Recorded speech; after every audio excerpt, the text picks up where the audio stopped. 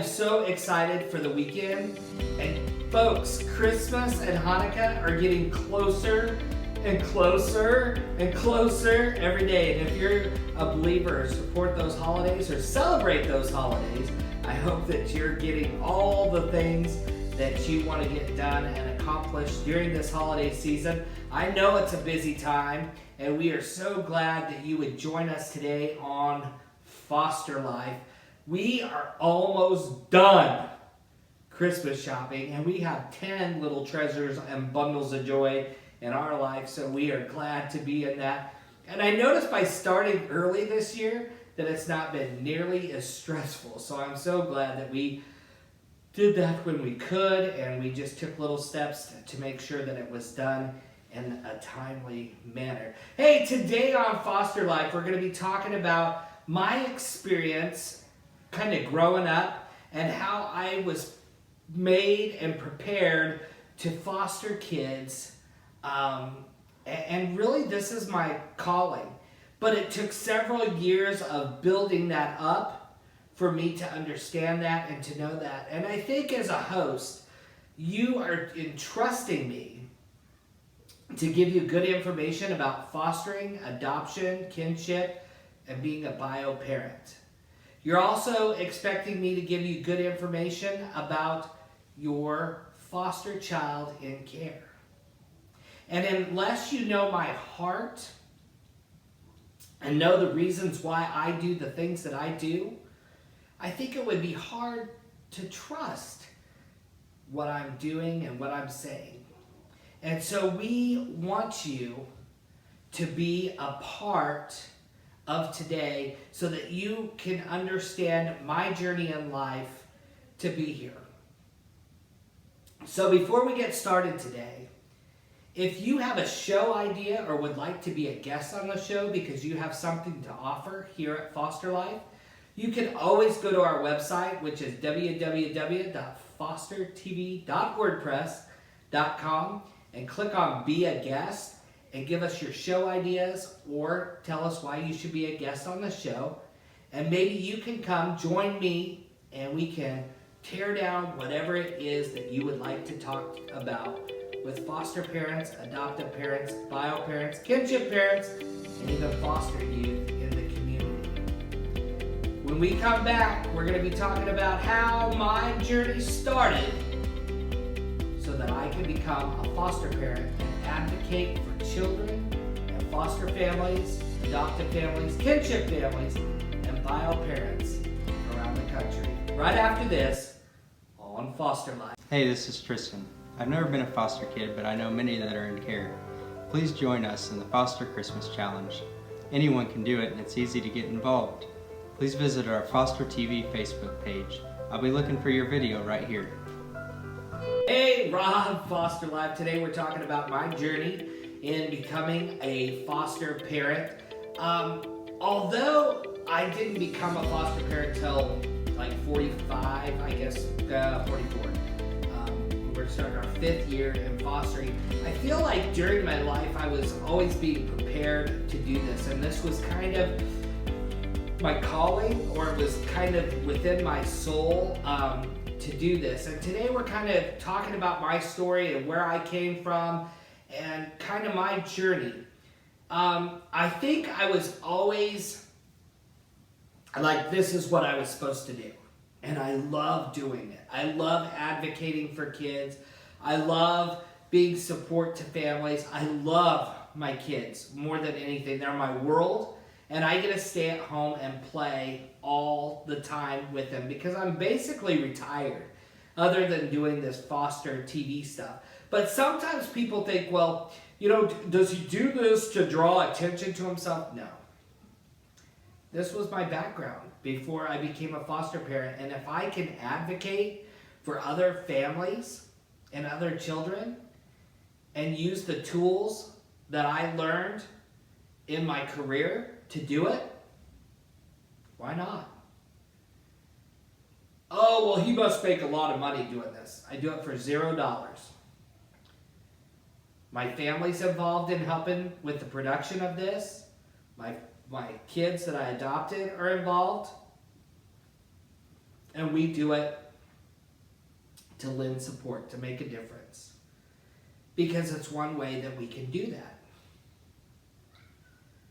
And in the future, nobody will ever get rich on Foster TV.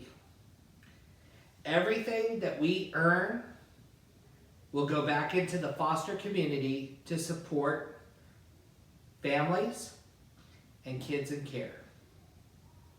Now, we'll have employees here at Foster TV, and of course they'll get paid.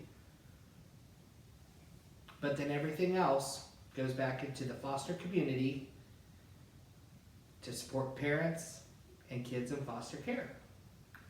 It's really simple.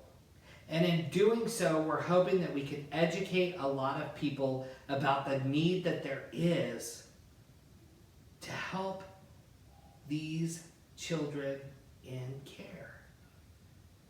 The government cannot do it by themselves. It takes an army. And just like military men and women serve their country, this is another way to serve your country. They need people, good people, to help with the foster care community. So in sharing my story, I hope that you'll hear something that inspires you, or if you're already working the job, you'll hear something today that rejuvenates you.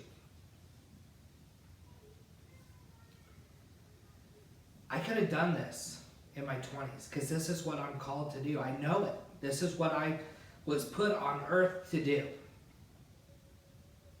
But I didn't have the tools, the means, the experience, the money. And so my life prepared me to do this, and I hope that I can do it for a long, long time because I love it and I enjoy doing it. And we foster a little bit differently. When we first started, we knew that we wanted to foster children that had elevated behaviors.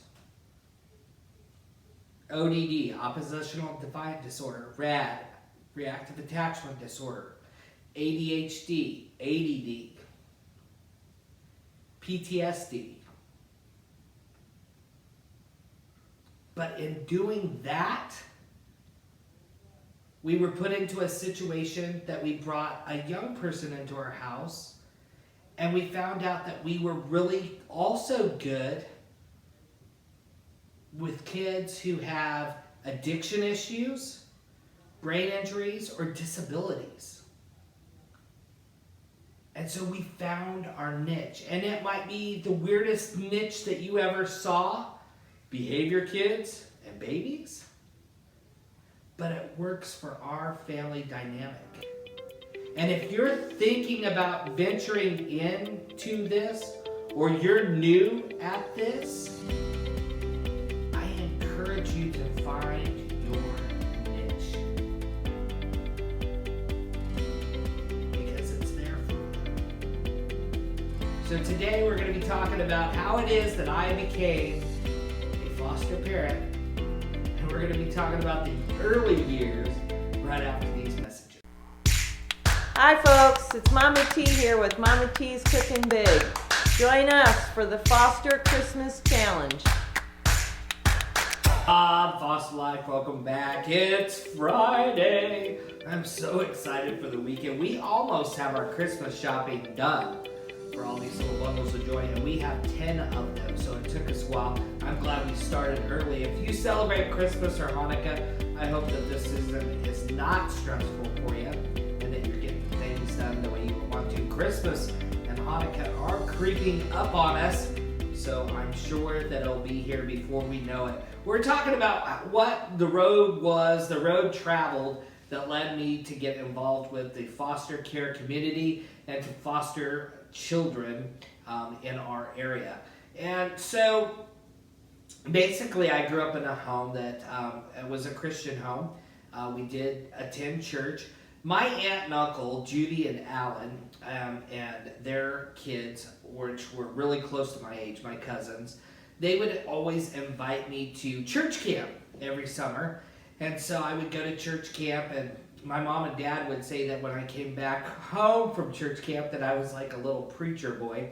And I would always learn a lot there, and I was always really drawn to the church and to God and that type of thing. And this is not supposed to be a religious thing at all. This is just my journey and where I came from.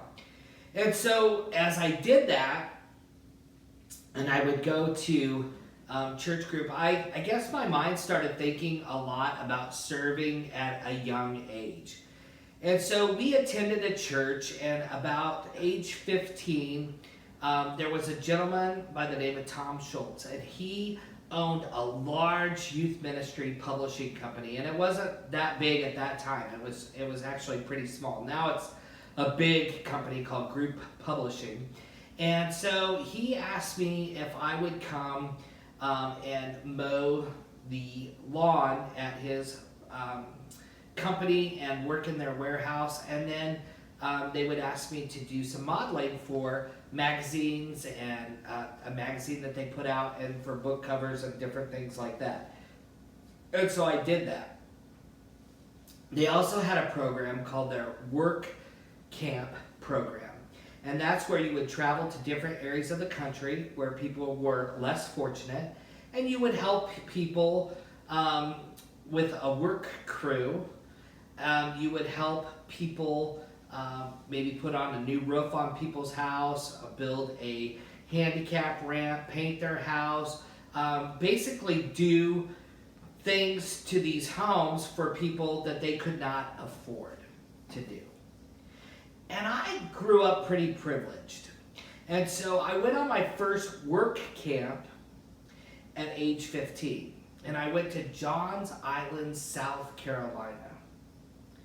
And the home that I worked on, I will never forget. There was no TVs. There was a lot of poverty there. People struggled.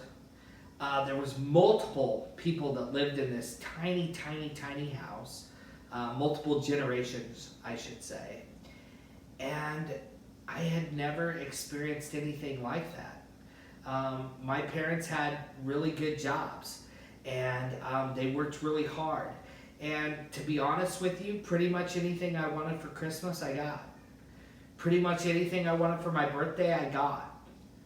And so it was very eye-opening to me. This family, as I recall, didn't even have a car and walked everywhere on Johns Island or depended on other people for transportation. And it really changed my heart and my mind, and it instilled the desire to serve others. And that was at 15. I worked at Group till I was 26, so about 10 years. Worked there after high school, all through high school. And I believe I did over 100 different work camps, which are missions. Week-long missions. And I loved every minute of it. I loved serving in these communities. But as I became a staff member for Group and worked at these work camps, I also saw that I had the skill to connect with other high school and junior high kids that were coming to these work camps, and to connect with them and mentor them.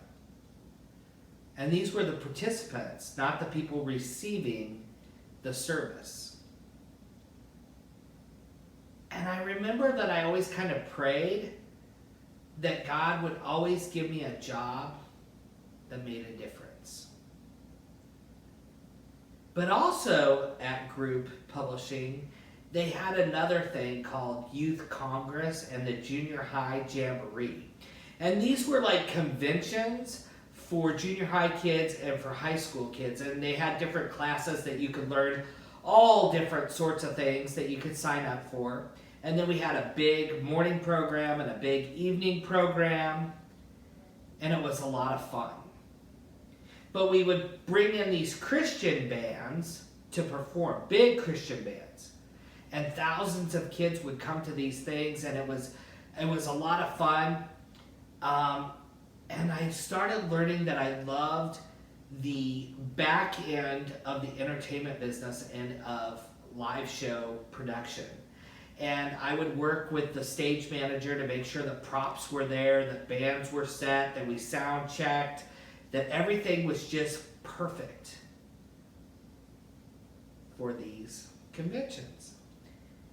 And at that point, not only did I know that I loved to serve and I wanted to make a difference, but I loved production and directing and creating these shows.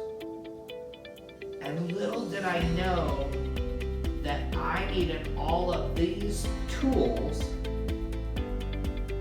to be able to do what I was called to do. When we come back, we're talking about how I became a foster parent and got involved in the foster community right here on Foster.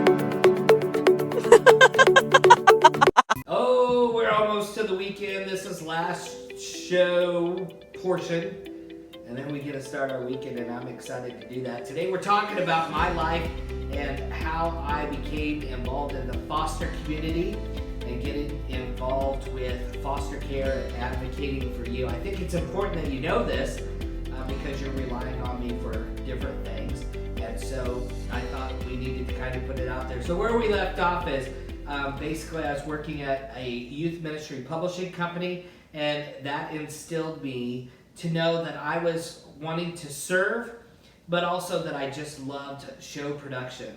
So 26, I had always worked at group, and I probably should have just stayed there because I really had awesome opportunities there, and I was paid well there for being such a young person, and I was serving and doing the things that I wanted to do, but I got a bug and I left.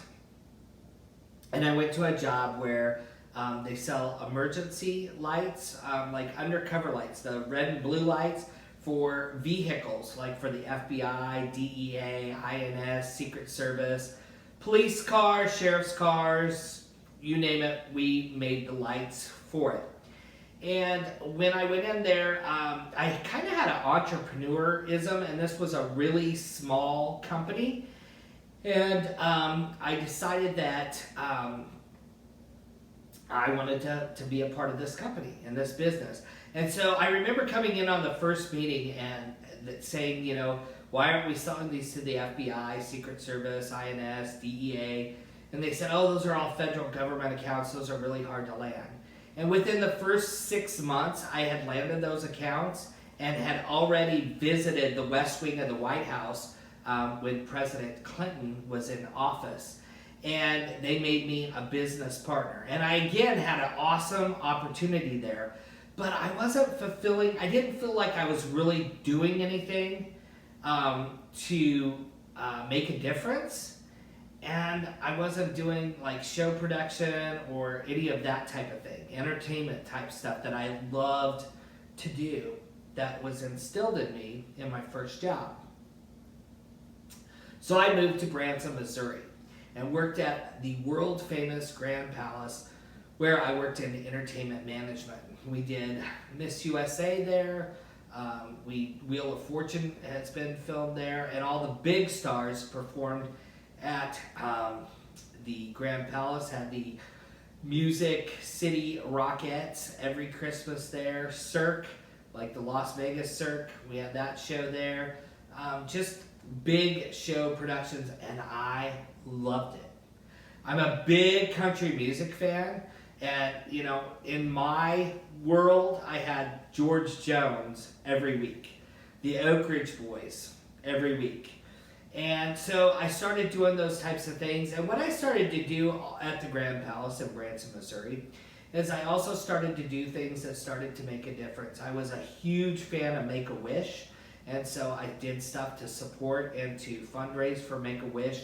I did a big Christian type show there where we did activities and things that were faith-based, and then I'd have big Christian bands in there. And so I started kind of getting back into that realm. Then we had a guy come in who was trying to do the first ever national homecoming for the Vietnam vets. And the Vietnam veterans had never had a homecoming, and 30 years later they wanted to have the first national homecoming for them. And so through working at the Grand Palace, because they would be using that venue for their award show, and then they would have this huge concert that would be an air show and live feeds to Afghanistan, Iraq, and Kuwait, helicopter rides, a big show, $6 million show. They asked me to come and be the executive producer for that live show. And it was right up my alley. And I felt like I was doing something to make a difference. I learned so much about the Vietnam veteran community. And that opened doors to other big shows that were like Tim McGraw, Faith Hill, Keith Urban, all sorts of different people that I worked with.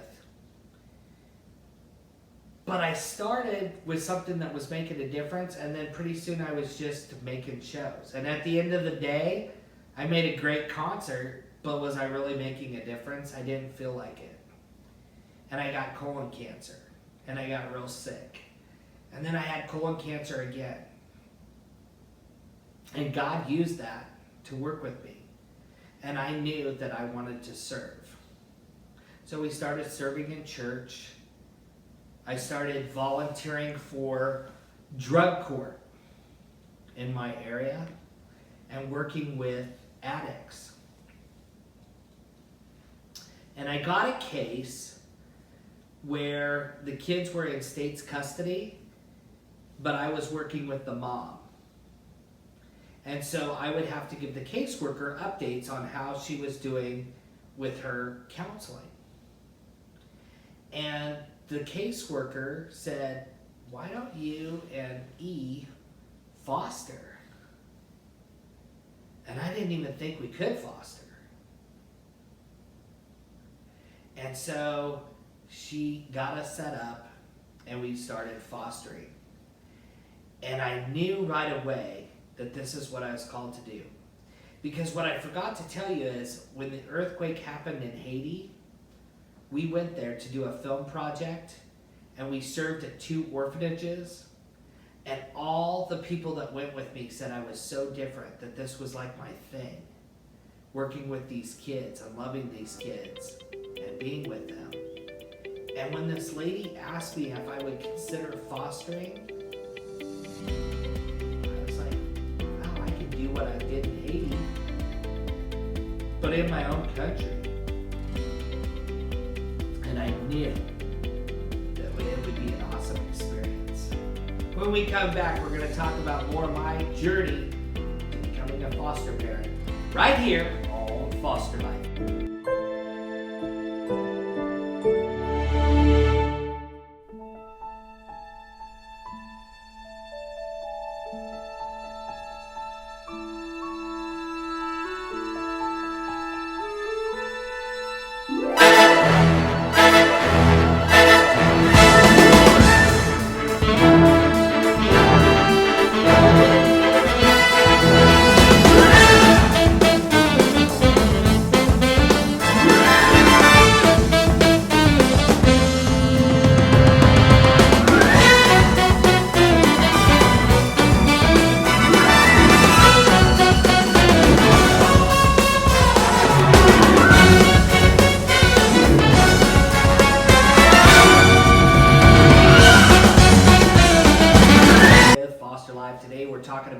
journey to becoming a foster parent and kind of what has led up to all of this.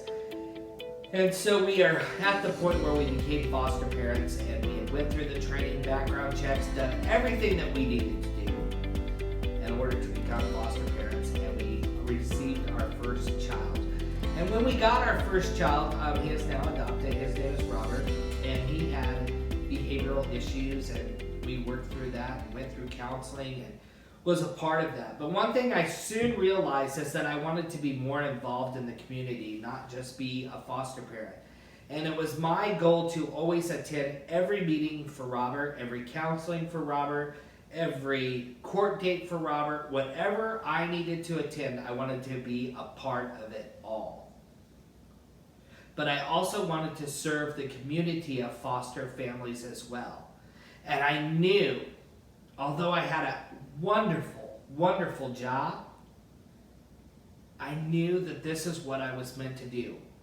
I was meant to be a dad. Really.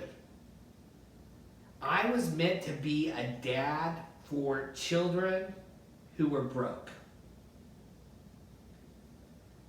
And it's been a journey. It's been the most rewarding thing I have ever done. It's also been the most challenging thing that I have ever done. And I used to do live shows for the President of the United States, and that's stressful and challenging, but this by far has been the most challenging job I have ever done. And it's been an eye-opener. A few years back, I was a part of an adoption panel to decide where this child would be adopted and whatnot. And I'm sure in your state you have something similar. And before they came in, they were giving us history, and I was the foster adoptive parent representative. And I remember the caseworker saying to me, now basically this little boy's grandpa is his dad. And I said, oh, so like the stepdaughter and him? And she said, no, the bio dad and his daughter. And they thought it was okay. Eye-opener. I grew up very, very protected. Never thought that stuff went on. I thought that was just all jokes. You know, like the Kentucky jokes. I thought, oh, it's not jokes, folks. These people have been through it. Human trafficking. Yep, heard about it. Now I know about it. Things happen. But it's changed me so much. And I know that there's so many people out there that have something to offer, maybe one child. Maybe you're that family that says, you know, I could take in a child. Awesome. We need you. Maybe you're that family that says, I'm going to sell my business like I did. And I am going to be a full-time foster parent. More power to you. Nothing has changed me more than becoming a foster parent. I have learned patience. I have learned how to communicate. I have learned how to de-escalate. I have learned how to deal with anxiety, stress, cry, not be so ODD. If you know me personally, you know I hate messes. Well, guess what? If you foster, they're going to make messes. And I'm still living. And I'm happy. It changed me. And I know that this isn't for everybody. But I do know that the foster community needs people. We don't just need foster families. We need support. And I think that everybody could give in some way. because there's lots of areas that need. These kids are my world. I love them to death. And I get to play all the time. I feel young because I'm around them. And I work hard, 24 hours a day, 7 days a week. I am on call. Because we're those foster family that doesn't use a lot of babysitters, and we don't use a lot of that because our kids really need structure. And if you were with me at the top of the hour, we take in a very specialized niche of youth. And there's not a lot of people that I trust, one, with them, and two, it takes a really special person to be able to work with our children. I joke. I always say me and E were terrible foster parents because we just kept adopting them. It's hard when they go home. People, number one question people ask me, doesn't it just rip you up when they go home? Oh, heck yeah, it does. Tears me apart. But for the 10 that I have, that are my forever family, I can guarantee you I love them just like they were born of my own blood.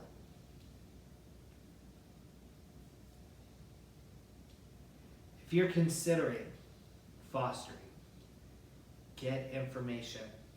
Email me.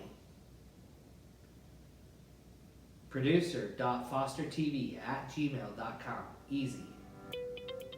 And I'll get you information.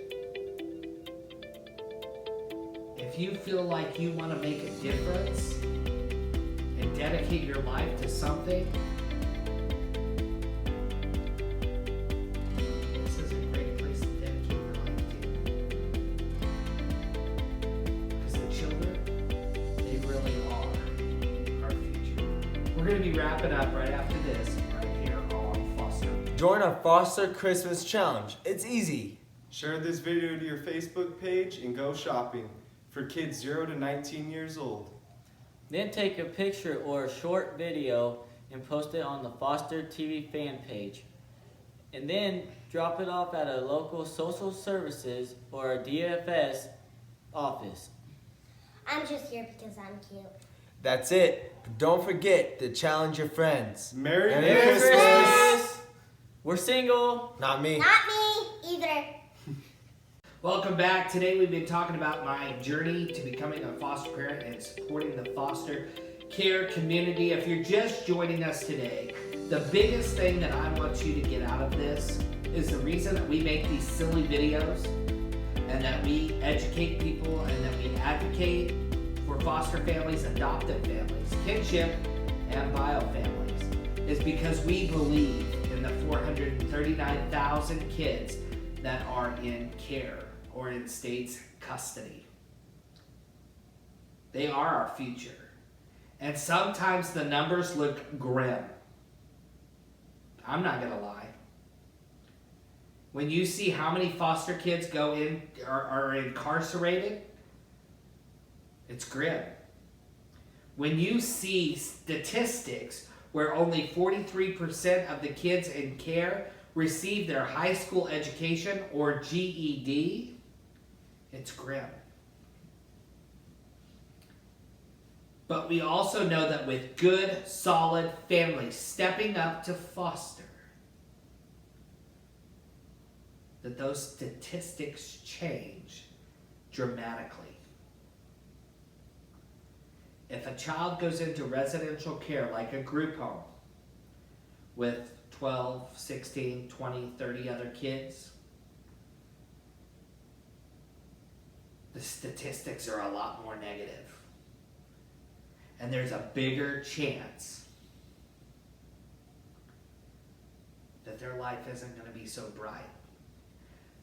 But if those kids are placed in a stable home, a loving environment, a place where you're not going to give up on them, no matter what. They have a fighting chance. A fighting chance. So I hope today, in telling my story, you understand my heart, and that you know that we're just doing all of this to make a difference. To make a brighter future for 439,000 kids in care. I'm Rob, and I'm behind the Foster Christmas Challenge. For the kids that believe in Christmas and Hanukkah, we want to make sure that they have the Christmas that they deserve this year. If you want to know more about the Foster Christmas Challenge, just go to our Foster TV Facebook page, click on the video, learn about how you can be involved, and then make sure to share that video and challenge 3 of your friends to do the same. We got a great week planned for you next week, and I know that you're busy coming up on the holidays, but next week we're going to have Tracy, Mama T, is going to be in the studios. We're going to be doing some Christmas crafts, getting in the holiday spirit, and I think we're even going to do some healthy snacks that you can do with all your kids in care right here on Foster TV. Till next week, enjoy your weekend, stay warm, and we'll see you next week on Foster Life.